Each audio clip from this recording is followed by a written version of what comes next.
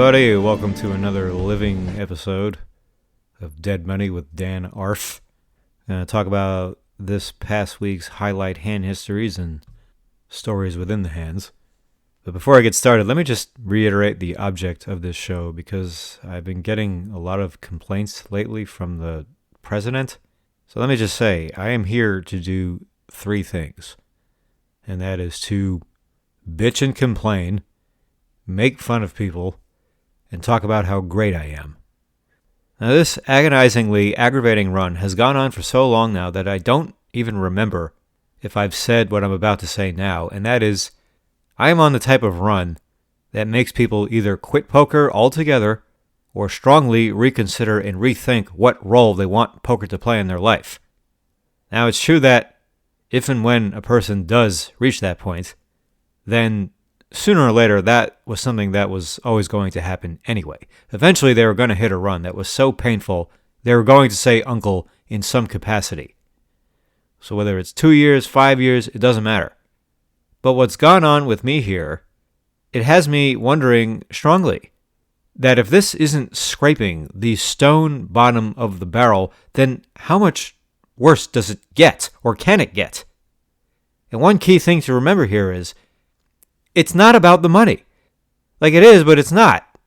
Because when I played high-limit live games consistently, which I did for a good 7 to 8 years and got out of about 10 years ago, I went on plenty of awful downswings.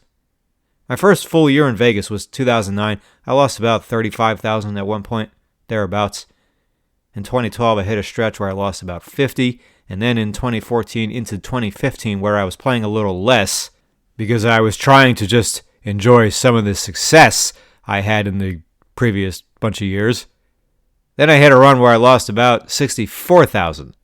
And then you got all the other bunch of downswings where you lose between $10,000 and $20,000. I don't even know how many times that happens. But all this shit hurts a lot. And you get used to it in a way, but in another way, you don't get used to it at all. Losing only gets so much easier. And then this time I'm going through now, I've still managed to be a slight winner because I play that much better than that much of the 2-5 player pool. It is a joke just how limited the thinking is among even some of these so-called pros who make a living.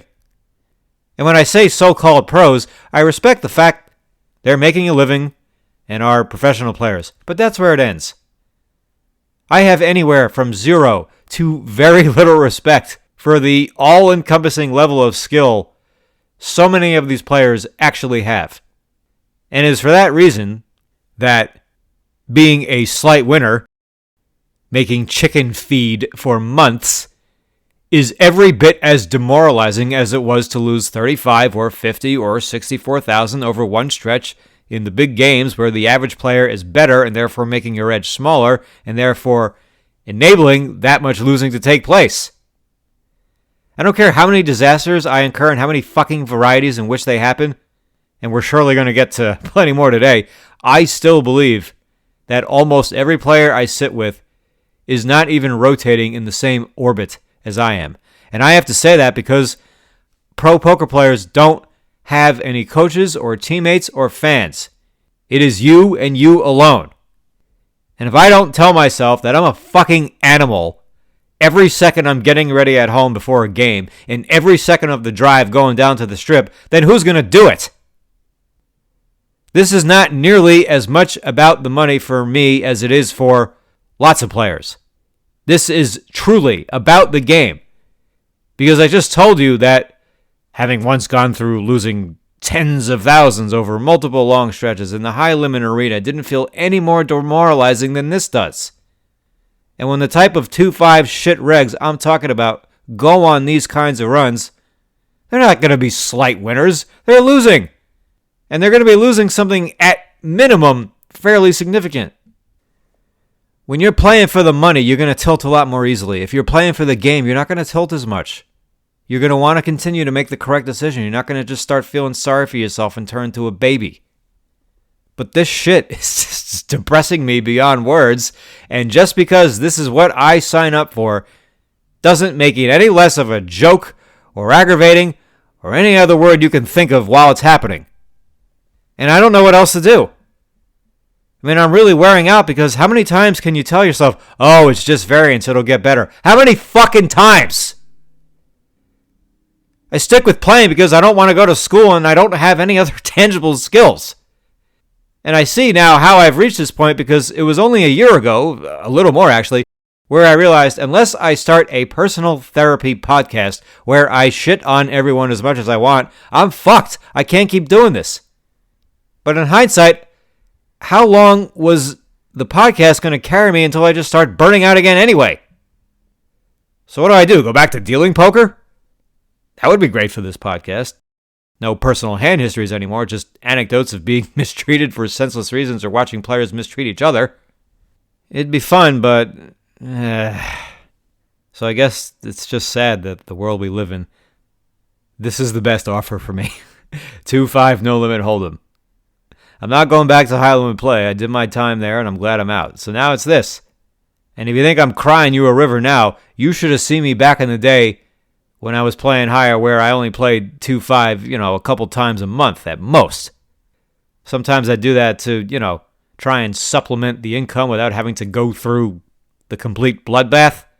Well, that ended up having the complete reversal effect. My occasional 2-5 endeavor ended up being a million times more stressful and aggravating than any of the big games I was normally in. I ran so fucking bad. But just like now, was still a slight, ever so slight, winner. And my solution for resolving the aggravation was making an accountability bet. If you don't know what an accountability bet is, it just means you're free-rolling yourself. You tell your friend, okay, I'm going to do X. And if I don't do X, I owe you X amount of money. So if you want to quit drinking for a month, you tell your friend, all right, if every time I drink a beer, I owe you $50 to keep yourself accountable. They're not going to know. You have to do it on your own honor system. So here's what I did. And I only had to do it with one person, but I did it with like 8 people just to emphasize how fucking outraged I was. Okay? I told them, all right, I cannot take this 2-5 crap anymore. So if I take another hand of it, even one hand, at any point, I owe you $5,000 just for doing that. That was how I decided to make sure I don't fuck with it ever again. And it worked to perfection. I didn't touch it for probably a good 8 months, maybe more. I don't remember. I just stuck with the other games. Then I don't know what happened. I guess eventually I got over it. And I was just like, all right, I guess I'm ready to give this another try at whatever frequency. But now I got to go to all 8 people and ask them, hey, you remember that accountability bet I made with you before? I want you to let me out of it. And most of them just laughed and said, yeah, sure, you're free and clear. Every one of them said that except for the last guy. Only the 8th guy was like, no. Why do you want to go back? You said you hate it. I was like, well, I know, but it's been 8 months now. I think I can handle it again. I got what I wanted from this layoff period. I'm ready to play it again. So please, just let me out of this. He continued to push back some more, but eventually he said okay. And as they say, the rest is history. But now I'm just left feeling helpless again. Because when you're in these streaks, it just feels like they're never going to end. But the truth remains. It always will. The run good starts and stops for no reason, and so does the run bad. There's never a reason.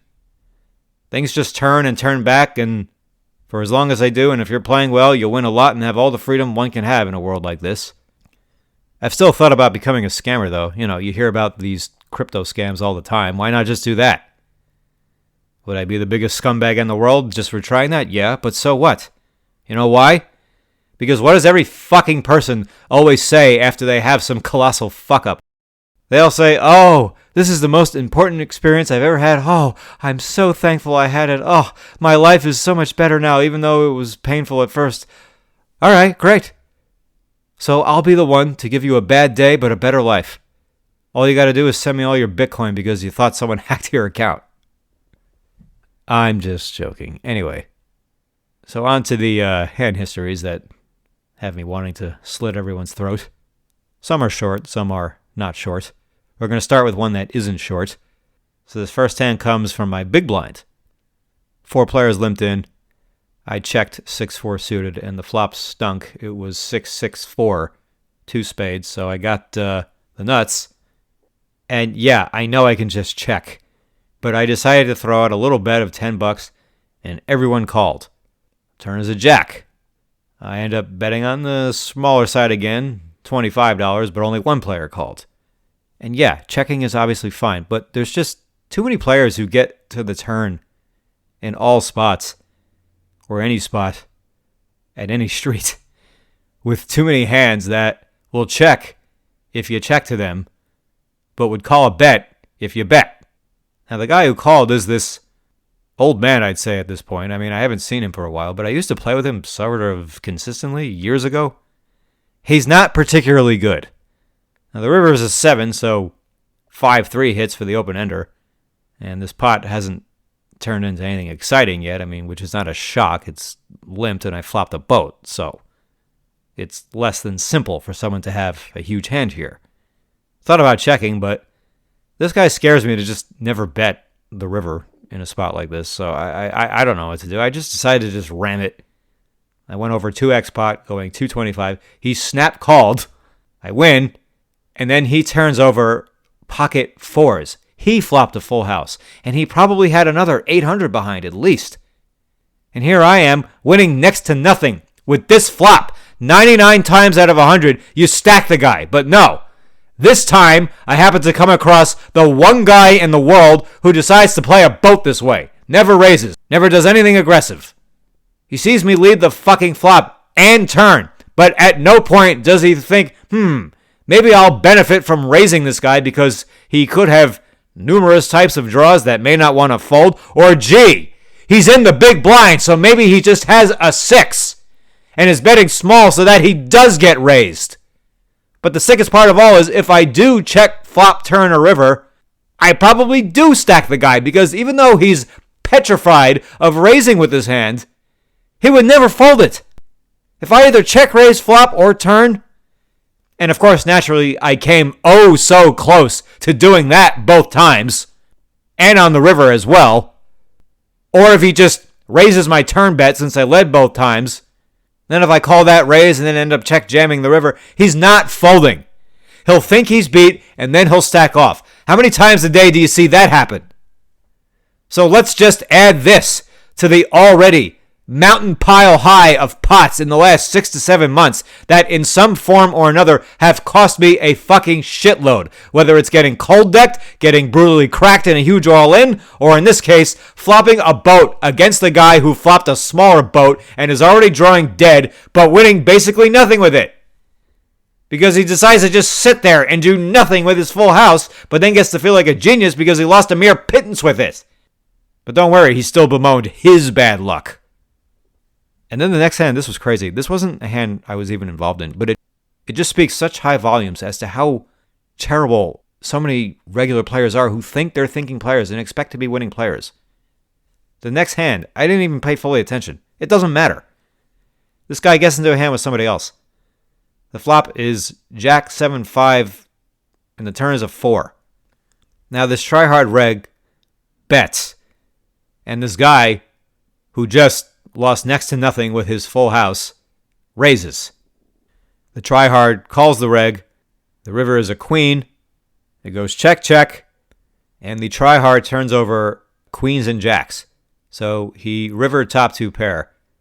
And then the old man shows how unlucky he got, again turning over 5-4. So he raised the turn with bottom 2 pair on a draw-heavy board. It was a 2-tone board. And then the guy who just witnessed him not raise with a full house calls this raise on the turn with top pair. Only top pair. And then rivers top 2 pair. Didn't cross his mind, gee, well maybe he has a hand this time, and this time he is raising with it. So he doesn't raise with his full houses ever, but when he raises this turn card in this situation, yeah, top pair can't possibly be beat. Why? Because you unblock both flush draws? People and their fucking excuses for losing, excuses to making light calls in spots, it's just completely senseless. Well, that's 2-5. Last hand from this session. It was a short session. I was so bored.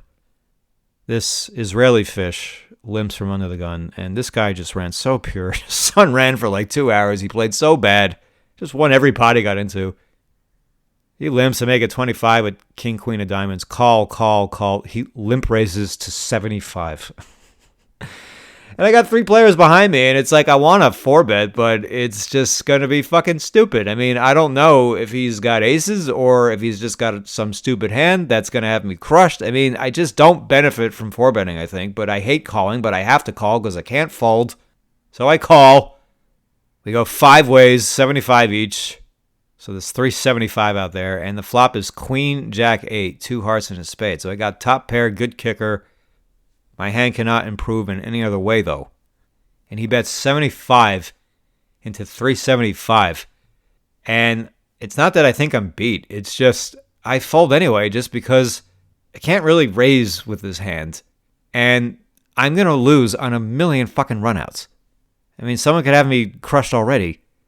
And I just didn't see any path towards winning this pot. It's going to be so hard for me to win this pot. And I don't even want to think about what could he be thinking betting 75 is sensible with. Like, why is he betting this size on this board 5 into 4 other players? So I fold. One player calls. The turn is an ace of hearts. See, just there you go. It's like, you know that it's going to be freaking shitty at some point. There's a 2-tone board now. He bets 150 into, I guess, 525. And the other guy folds and he shows an ace. So I come back. The next day, I guess, and first hand of interest, this very shit-nitty bad player raises 20 in the cutoff, and I flat 6s in the small blind, and I hate fucking flatting in the small blind in this configuration where you have a late position raise, but the guy limps a lot. He usually opens to like 15. I mean, it just seems a little not comfortable to me that he's raising to 20. You know, sometimes this doesn't matter, but for this guy, I think it will. So fuck me, I'll just call and play post. But the big blind calls as well. The flop comes ace 7-6. Rainbow. But we all check. The turn is the 4 of clubs. Flush draw now. I check, and the big blind, this reg, who actually seems fairly competent, he pots 60, folds to me, I raise to 200, and he folds. Of course. I mean, I don't know what size I should be using here. I mean, when he bets this big, you know, he's indicating he's got either a big hand or a big draw or a fairly weak hand that he thinks is the best hand, but he feels like he's got to protect. I don't know. I mean, just expect him to have a lot of outs for the river.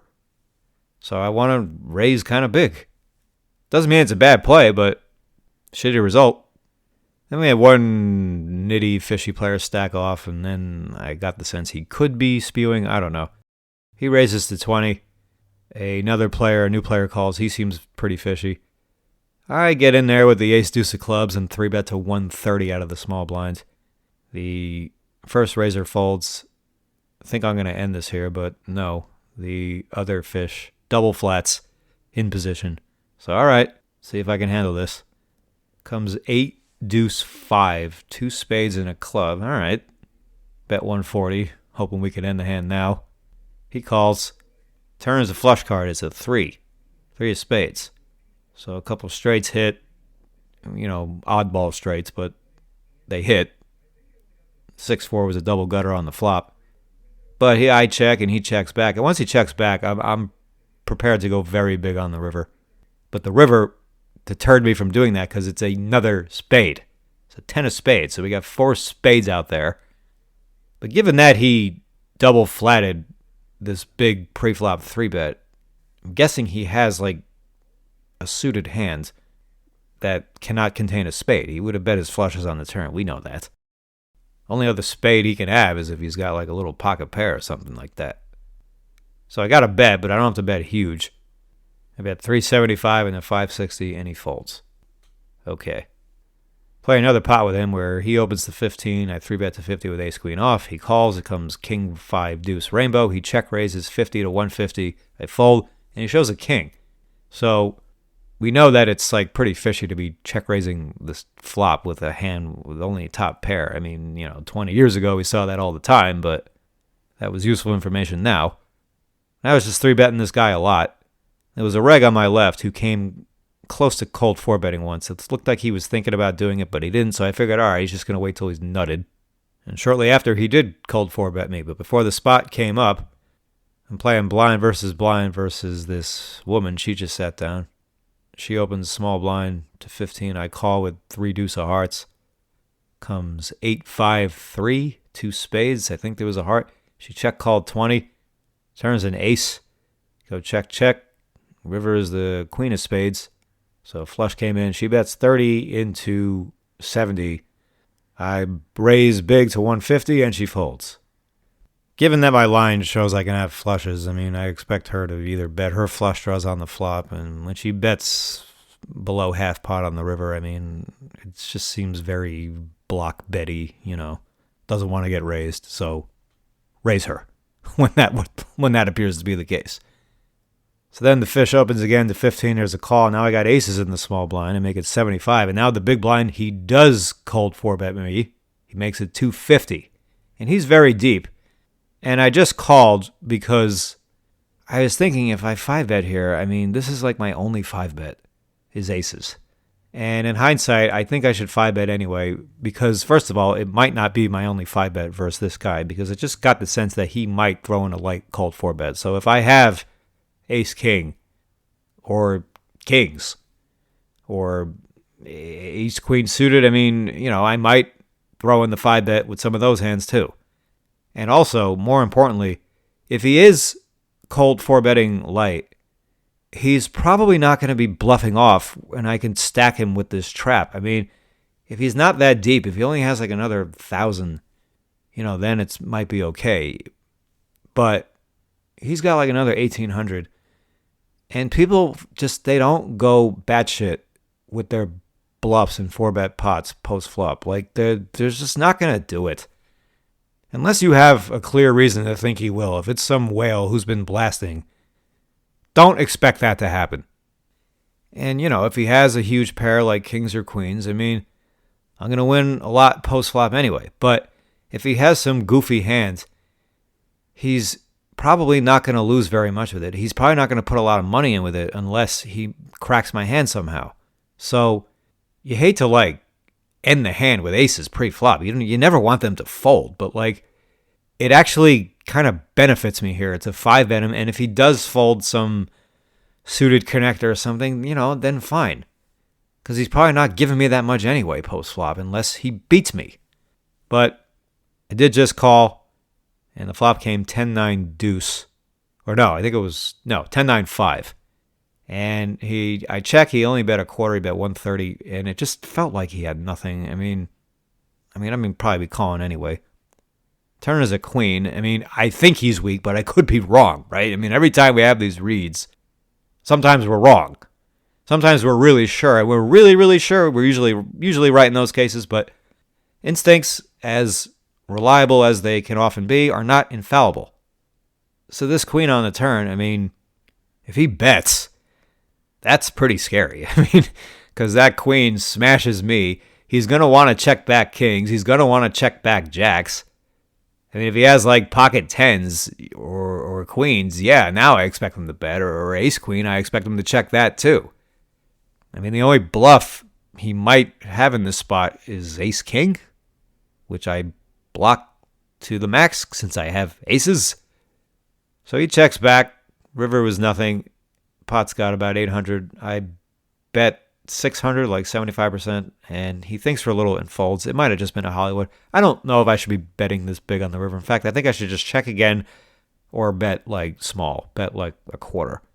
But I guess I was just going for the jugular, thinking if he turned top pair or has kings, he's not going to fold a one pair hand that I can beat to this size. So that's what I was going for. I'm worried he's just going to check back too many hands. The only hands he's going to bet with are his air balls, and he's not going to go that big with him. But if he has just a jack or something, or if he has just jacks or top pair, I mean, if I check, he might just check. So I don't know. I mean, 4-bet pots are tough. They're tricky because they don't come up that much. I mean, I'm not in love with the way I played this hand in numerous ways, but I can also see what I was thinking for some of it as well. I mean, this is probably the most interesting hand from this session, but because it's like, do I 5-bet or not? And when you're this deep, the answer is probably yes. And if he folds like, Jack 10 suited to the 5-bet or some small suited ace or even ace king, I mean, it's like, all right. I mean, not a lot was going to come in from those hands post-flop anyway, unless, like I keep saying, unless he cracks the aces. He's not going to just shovel it in there and shovel it in there with bluffing. If he's going to do that, then yeah, calling's fine. So then, under the gun reg, raises to 20. The fish calls in middle position. I mean, I hate this spot with ace-jack offsuit on the button, but I call. Just have a little fucking faith in yourself to play post-flop. Flop comes jack 7 deuce, rainbow. He c-bets 20. Fish folds, I call. Turns a 6 of spades, 2 spades. I have the jack of spades. He bets 75 into 100, I call. And now the 8 of spades comes in, backdoors the flush. Actually, backdoors the straight flush, 10-9 of spades. He checks, so there's 250 out there. And I feel like I probably cannot win this at showdown. I think if he has a flush, I expect him to just bet. So I think this is just going to be aces, kings, and queens a lot. Or the same hand. I don't have the ace of spades, and it feels like the jack of spades might be useful here, but I don't really think that it is. Because I'm trying to get him off aces, kings, and queens. And if he has a spade, I mean, he might call, he might not. I mean, he might think I have it anyway. Because I think this guy thinks I always have it when I bet. So I overbet 350 into 250, and he thought for a little while, and he folded.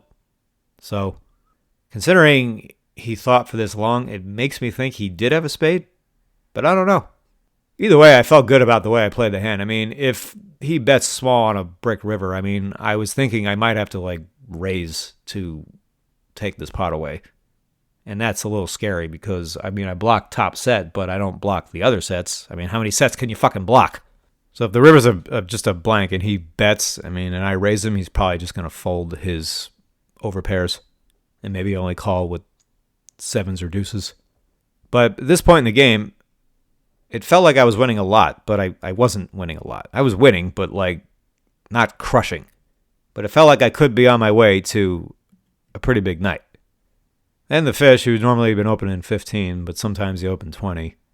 He opens 20, and I always just 3-bet 3x the size with my in-position 3-bets. I see guys get away with going bigger than that, 4x. I'm just always afraid to do that because if they fold when you have a huge hand, it's such a disaster. So I'm just afraid to do that, even though I'm probably being too afraid. So I 3-bet to 75 with ace-king suited. So I finally pick a much bigger 3-bet size when I'm in position. And, of course, he 4-bets. Makes it 195. And you know what? I probably should just fold. I really should just fold. But I called, flopped air, and then folded. So then I get my table change. There's another very fishy player on my right. He limps. I raise to 25 with jacks, and the button 3-bets to 75. And the button is a reg who I've seen around a little. Haven't played with him a lot. Flop comes 8, 4, 5, 2 hearts. I check to him. He bets a third. He bets 50. I call. Okay. Turns the 7 of clubs. 2-tone board. I check, and now he bets 200 into 250. I mean, this was so strange. I end up folding just because I expect this to be value in some capacity. I mean, it's hard for him to have a 6. I can have a 6. You know, ace 6 suited is a bit of a pretty light out of position peel. Pocket 6s makes a lot more sense. I mean, he's not going to give me credit for a 6-7. He would expect me to check raise flop with it. So it is difficult for me to have a 6 unless I have 6s. But it's also very hard for him to have value here, which is what makes me think he has value here, where he's probably going to maybe bet fold to a check raise or try to get called by one pair hand or, just try and charge the draws as much as he can because he knows that this is going to look very, very suspicious. So if he gets called, now he's just getting value. And that's why I ended up folding. And I also ended up folding because, he can be 3-betting ace-king or king-queen suited or those kinds of hands, ace-queen suited. But when there's a fish who limps, he's going to know I'm going to be ISO raising a lot, but he doesn't want to knock the fish out of the pot. So if he has a flexible drawing hand in position, he would prefer to just call with that and let the fish in. Whenever you have fish limping and there's a raise and someone starts 3-betting you, it's extremely likely that they have a very big hand because he's not going to want to flat aces or kings. Those hands are too good. He has to 3-bet, and if the fish folds to that, then so be it. He's just playing his hand. He's got aces or kings. So I think that when there's a fish who's already in the pot, even with just a limp, and someone ISO raises, if you get 3-bet by somebody, I think the chances of them 3-betting light are so low. Why would they want to do that? I wouldn't want to do it. I'm going to 3-bet like a wide variety from hands on the button against a lot of players, but if the fish has already limped, I'm going to be doing that a whole lot less. If he's out, then he's out. I can do what I want. So I just couldn't imagine him having a bluff here because he knows it's going to look so unlikely for him to have value. That's what made me think he has value. But only he knows. So now I'm starting to get hacked around a little bit. And, I'm probably about an hour away from quitting, but I want to get some time in. And then that crossed the line with some major fancy play syndrome. I mean, the play started out fine. I got ace-4 off on the button, folds over, raise. Small blind calls or heads up. And the small blind is the super station. This guy just loves to call. Loves to call me, loves to be sticky, loves to be suspicious, just loves to play that way. And the flop came ace-8-4 with a flush draw. And he check calls 25. And the turn is a 3.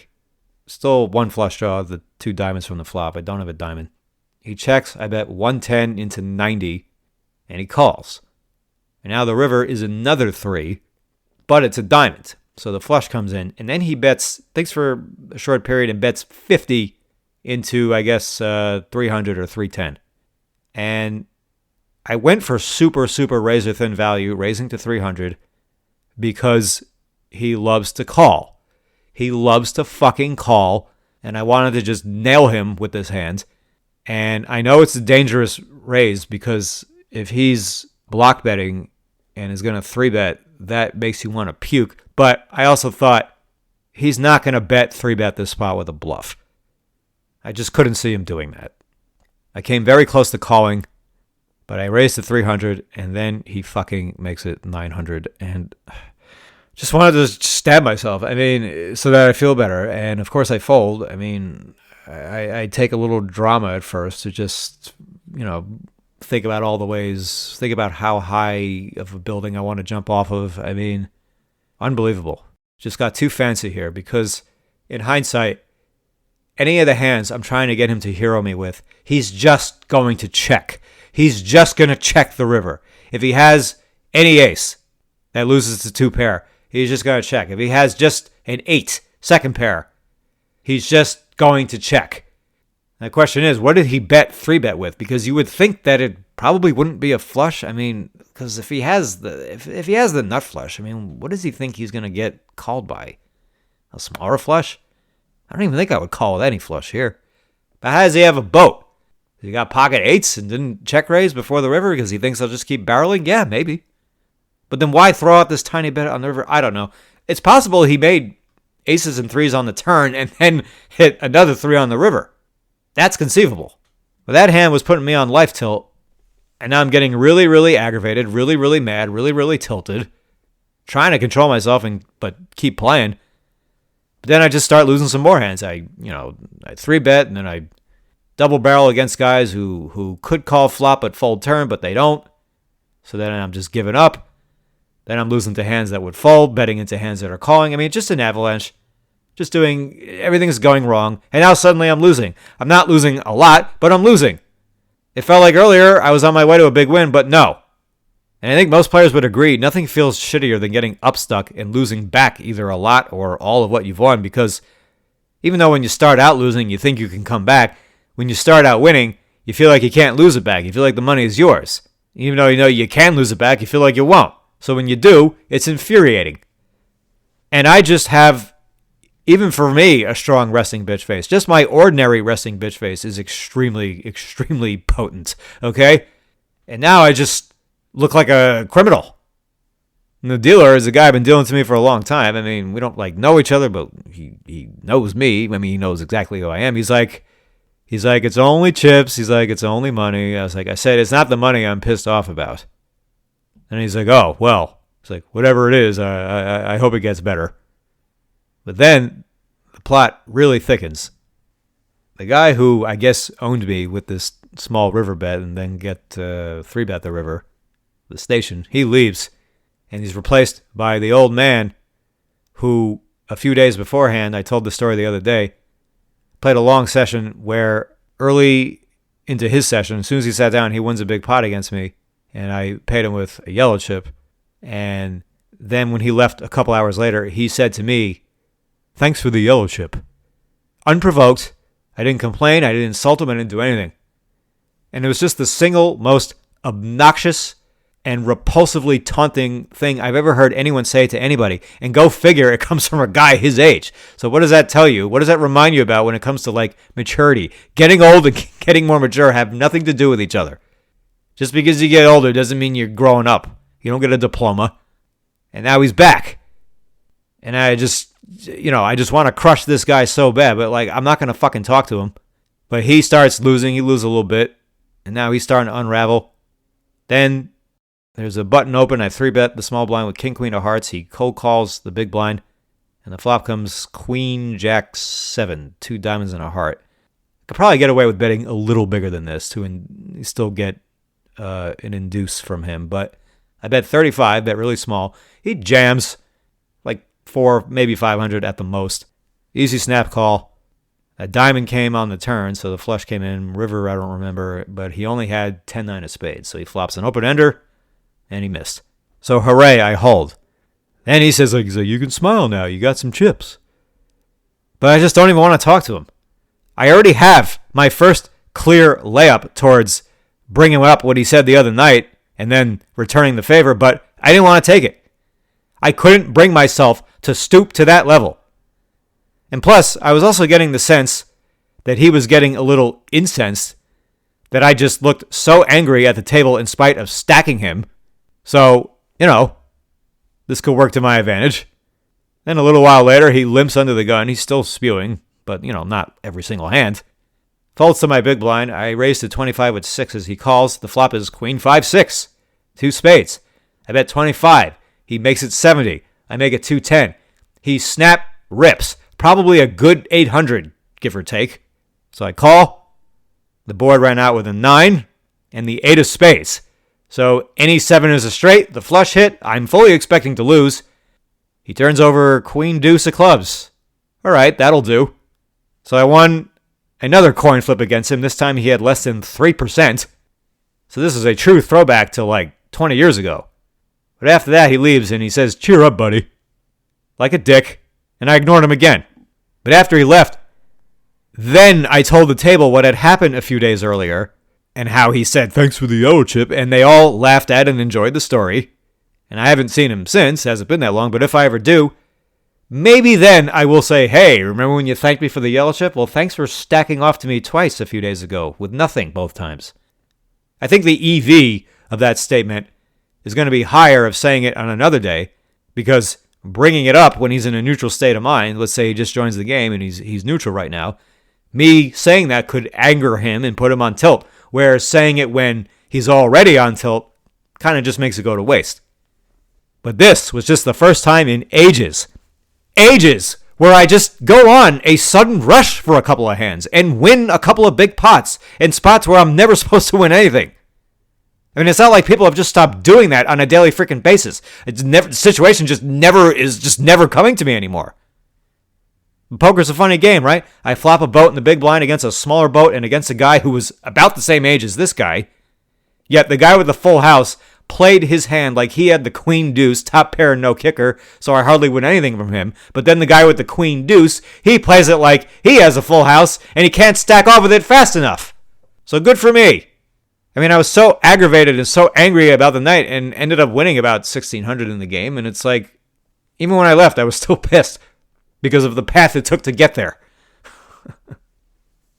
So on to the next one. I show up on a Friday afternoon, late afternoon, and this game ended up going over 15 hours. I actually went to the Aria for the last 4 hours of this session. But shortly after getting there, I transferred to a game that looked pretty sweet. I get aces, raise to 20. Button calls. Oh, by the way, I had aces back-to-back hands. Before this hand, I had aces. Got one call, bet flop folds. Next hand, aces. So the button calls heads up, and the flop is ace, jack, jack. 2 hearts. And you kind of always freeze when you flop this huge because you don't really know what to do.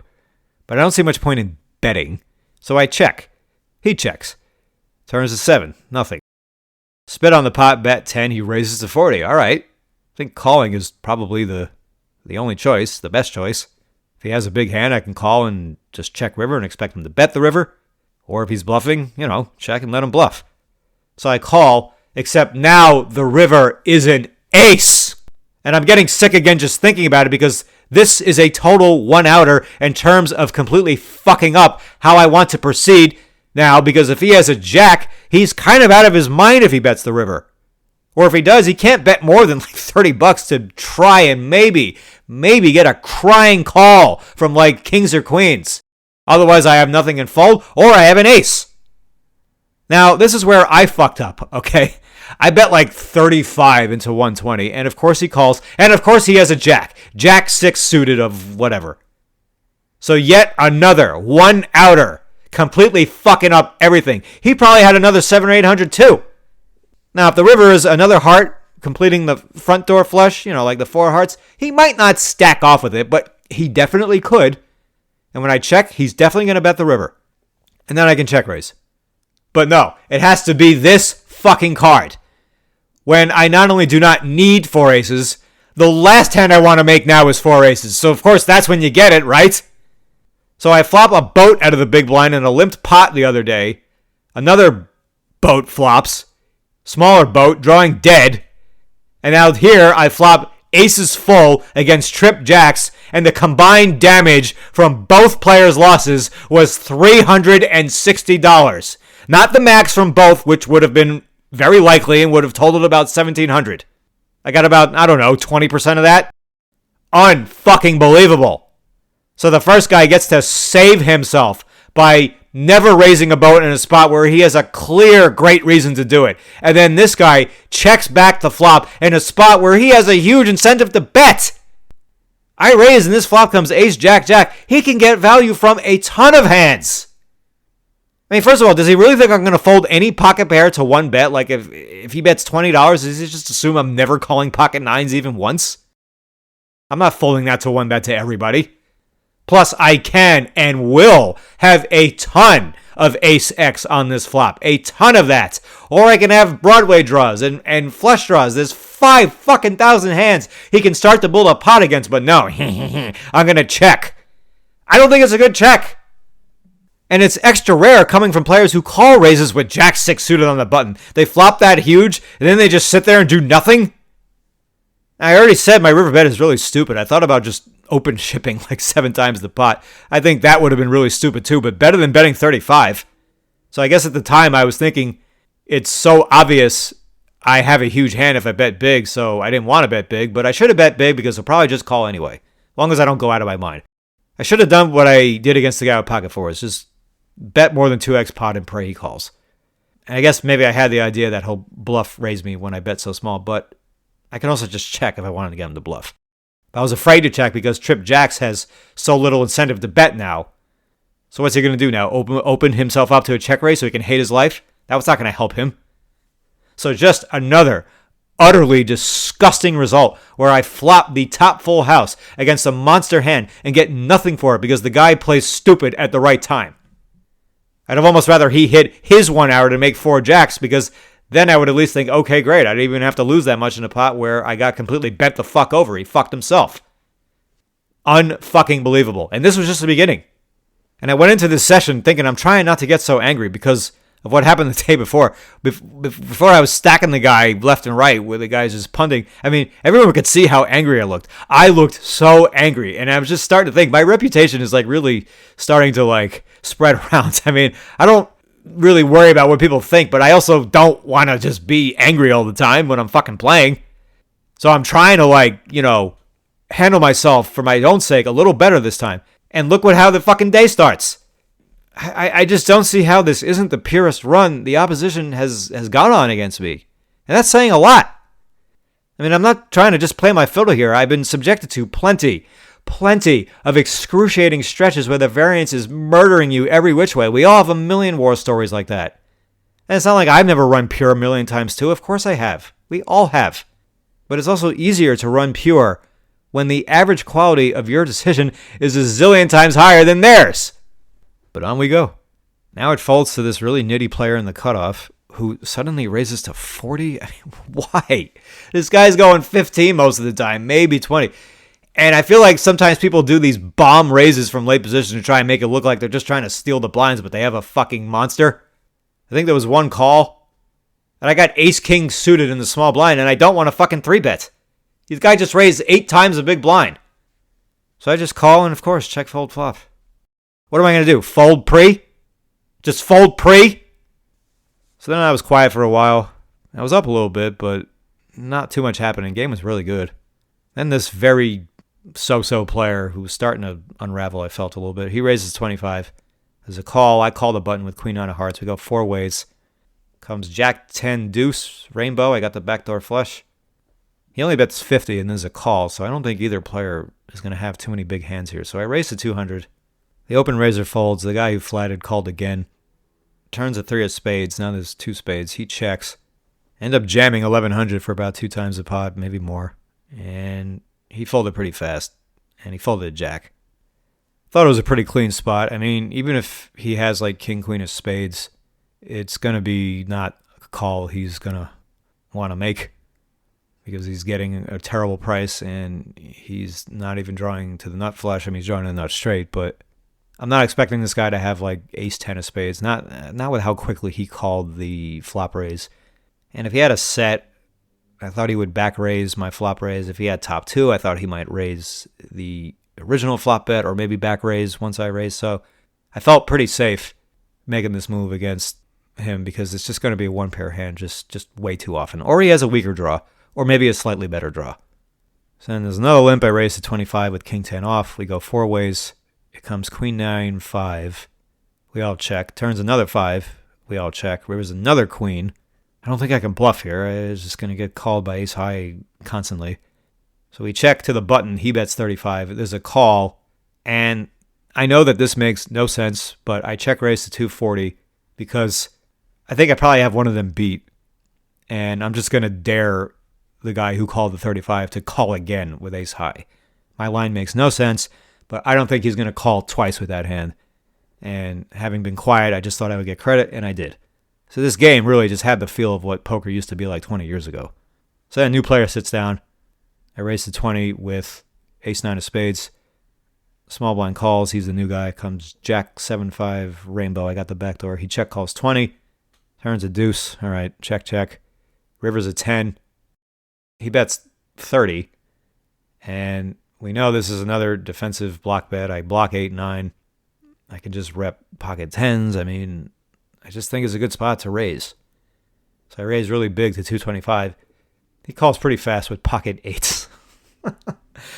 So you think, oh, I blocked the 8-9 straight, so I have to call. I mean, no. And his river bet is just, what the fuck? I mean, what is he trying to have happen when he bets river? He wants to get raised? Is that what he wants to have happen? It's just over and over and over. These fish are just making such terrible decisions and winning so much money or saving so much money because of it. So then the guy I bluffed with the queen 9 of hearts, there's a limp and he raised to 20 and I 3-bet to 100 from the small blind with ace jack off. And he calls and the flop comes king, king, king. And this is another hand I misplayed. I mean, I think I should just check flop. You know, if I'm going to try and rep 4 kings, I think checking flop might be my best shot at it. But I bet 45 he called. The turn was like an 8. I bet 180 he called. I mean, there's a chance he has the king. We can't deny that. I mean, I don't think he's just double floating with ace high. River's nothing is a 7. I just give up and he has pocket 9s. I mean, I should have won this hand. I think if I either check flop or bet small on the flop and then check turn, know he's going to check back, then I could just tank river and just try and rep, either an overpair or 4 kings and just try and rep a trap. I think it would have worked. So then I moved seats, and then the fish who was on my left now moves to my right. So that's a great improvement. So a couple limps, I make it 35 with kings out of the big blind. I go three-way. Flop comes 9-7 deuce, 2 spades, and he makes a big check raise to 275. I don't know if I bet 55 or 60, something like that. And I just can't put this guy on any other situation where he's getting ready to nuke the turn, maybe go all in on the turn. I mean, that's where this feels like this is headed. And the guy was playing really loose and spewy and just showing up with all kinds of dumb hands. This was just another fish who was just running so pure. I mean, when you sit down with real fishy players and they don't run pure, they lose their money so fast. It's amazing. And they're not even getting cold decked most of the time. They're just playing bad and just dumping and just getting punished. There's so many terrible players who they sit there for a few hours and can sort of make themselves appear somewhat competent. But it's because everything is just going their way. Like, nothing is coming up to punish these people. So fuck me. He was one of those guys. I mean, I got kings. I mean, I've just been getting hacked at a little bit, you know, up and down, trying to get on a roll, can't get it going. I get kings, think I'm going to get something done here. Boom. Met with something he hasn't done all day. Comes in with his huge flop check raise, like check raising to the pot size, and he looks ready to go. So then another player joins. He's also very fishy. He seems like he's never played poker before, or one of his first times. Barely speaks a word of English. He only understood the poker terminologies. He limps the cutoff. I raise with pocket tens on the button. The flop comes king, king, 6. He bet like 20 into 60. I thought about raising. I called. Turns a 5. He bet like 50. I thought about raising. I called. The river is a queen. Backdoor flush hits. And he checks. And I can just check, but I just spit on him anyway. Just because he's just a really, really noobish player. I mean, let's just throw it out there. He calls the 40. He has ace-king. So he limped the cutoff with ace-king. Gets this board. Had the ace of clubs as well, just for good measure. Then there's another hand. There's a bunch of limps. He limps the button. I have ace-jack in the small blind. He calls. I think I made it 50. It's heads up. Comes 8-4 deuce, 2 hearts. I bet 40 for value. Turns a queen, check, check. River's another 4, check, check. He has ace-king again. So he limped ace-king in the cutoff. And he limped ace-king on the button. Just limps everything. Then we have another guy who bought in with 1,500, and he's got his girl sitting behind him. And he looks like he's trying to be careful. But then he gets in there, and he bluffs off to this other guy I was just telling you about who limps in with everything. He made a big semi-bluff on the turn with like a pair and a flush draw. Gets called. The pot has like 1,200, and he jams like 200 on the river into this guy. And of course he gets called. I mean, it was crazy. But I've been quiet since he sat down, so next hand there's a straddle. The newbie limps again 10 and make it 45 with king, queen off. Our bluffer with the girl behind him, he calls the big blinds. Straddle folds. Comes jack, jack, 10, 2 diamonds. I have king of diamonds. And they both check call 65, I think. So that brings the pot up to about 330, I guess. Turns a 6, a hearts. There's 2 hearts now. And now the big blind bets 125, which something felt weird about all this, but I called. The other fish had folded. And the river brings in the backdoor hearts, 7 of hearts. So I miss everything. Now he checks. Now he's got about a pot-sized bet left, and the pot has about 580. And you hate to be bluffing a fish in this spot because fish stack off in these spots so light. But how many times do we also get into these spots where we think we're about to stack them, and then they fold? It's not that unusual. We know he's spewing, so we expect him to have a lot of dog shit hands here, and I don't know what I'm going to check down and lose to. I just cannot win with king high. And if he just has like 6-4 diamonds, you know, flops a small flush draw, turns a pair, I can't fucking check and lose to that hand. Or if he has like ace deuce of diamonds, I can't check and lose down to ace high. Or if he just has like 10-9 or something, just a weak 10 that he just starts spewing with, I can't check and just lose to this hand. There's no reason to think he has a big hand. So fuck it. I go for it and jam. I mean, something felt weird, but I go for it and jam. just about pot, snaps it right off. He's got jack 8 of clubs, flop trips. So here's another situation. Another one. The guy just fucking bluffed off. And the very next hand, he gets this flop. He flops trip jacks on a very draw heavy board multi-way, and he doesn't check raise? What is that? Is that common? How many times do you see people take that line with this hand and this spot? I mean, if he hadn't just lost the hand before, bluffed it off, I would have thought this line looked very strong with him check calling, and then like leading small-ish on this turn card. I mean, that would have looked a bit peculiar to me. But given the circumstances, it's just like, you're making assumptions about people that they're spewing, and they are, but they're just ending up in the perfect part of their range at the perfect time. And I do have a lot of backdoor hearts here. I mean, I probably make about 9 or 10 different flushes. I mean, I could have king, queen of hearts, queen, 9 of hearts, king, 9 of hearts, 8, 9 of hearts, ace, king of hearts, ace, queen of hearts. I mean, I do end up with hearts a lot of different ways. If the diamond came, I think I can bluff flushes a bit more credibly. But like, having been quiet since this guy got there and expecting that he's going to have a weak range a lot, I got to go for it. I checked down in too many spots, giving up too much because I'm afraid that I'm just going to get called again, and then they have some fucking dog shit hand that probably would have folded. So last hand of interest at the win. I raised the 20 with king, queen off. We go 4 ways. Jack, 9, 7, 2 hearts. I have the queen of hearts. We checked the button, bet 50. The button was kind of short, but this really fishy player called, and even though he called and was a big fish, he ran his stack up to like 2,000 at this point, and he had locked it down quite a bit since then. I mean, he was spewing left and right when he kept reloading 500, 500, 500, but now he has all this money in front of him. Now he was playing much more carefully, but still, he's not good at poker. He's still making a lot of mistakes. So we get to this turn, which is a king of hearts, so I have top pair. One more heart gives me a flush, but everybody checks.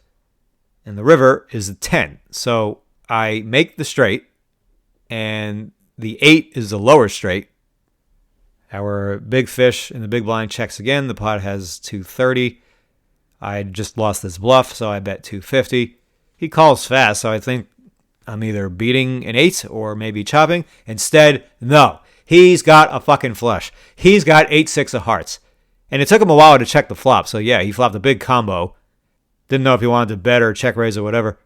Check calls, turns his flush, and then gets this gin river card that gives me a straight. Gin. Just gin, gin, gin everywhere, every which way. So I leave this game a slight loser, probably about 300. And I wanted to keep playing, but I was just too aggravated. I just wanted to change the environment.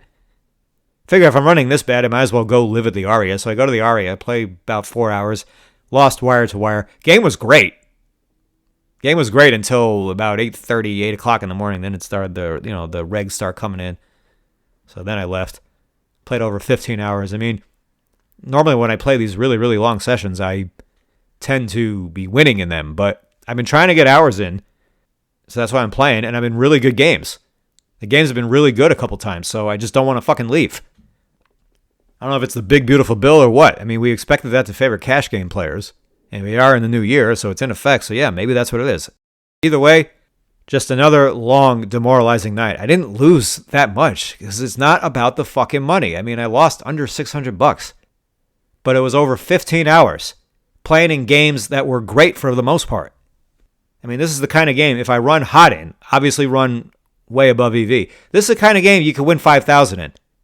If I had a really hot night, I probably would have won something close to that because the players were just so soft everywhere, making so many mistakes, but, like and subscribe to the channel, blah, blah, blah, whatever. See you next time, guys.